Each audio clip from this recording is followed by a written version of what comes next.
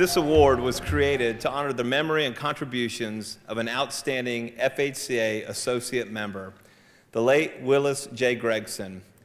It is presented each year to an associate who demonstrates a commitment and a huge level of service to FHCA members, which goes above and beyond. And now, I never got to meet your dad, Tim, but I do consider you a dear friend, and certainly we want to honor your father and thank you for being here to present this award. And if you would just tell us a little bit about this year's recipient. This year's award recipient has a long-standing commitment to the association, our members and facility residents. She has worked in long-term care sector for more than a decade. Is an active associate member who has served on FHC committees and regular sponsors of the association events. She's also engaged in support of the FHCA's local district, regular available to help members with the organizing events and activities.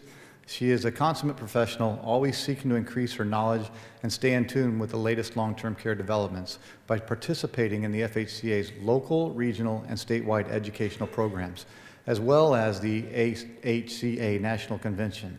Her background in nursing has helped her to elevate her passion for the profession, and she is never hesitant to share her level of knowledge and experience with the association. A certified wound nurse, she has played as an active role in FHCA's regional MDS training programs, offering wound commentary and other guidance that helps keep members informed in the midst of the MDS changes. Good job. It's like you wrote that. Wow. Please join me in congratulating FHCA's 2013 Willis J. Gregson Award recipient, Kathy Solito with Navarez. Come on up, Kathy.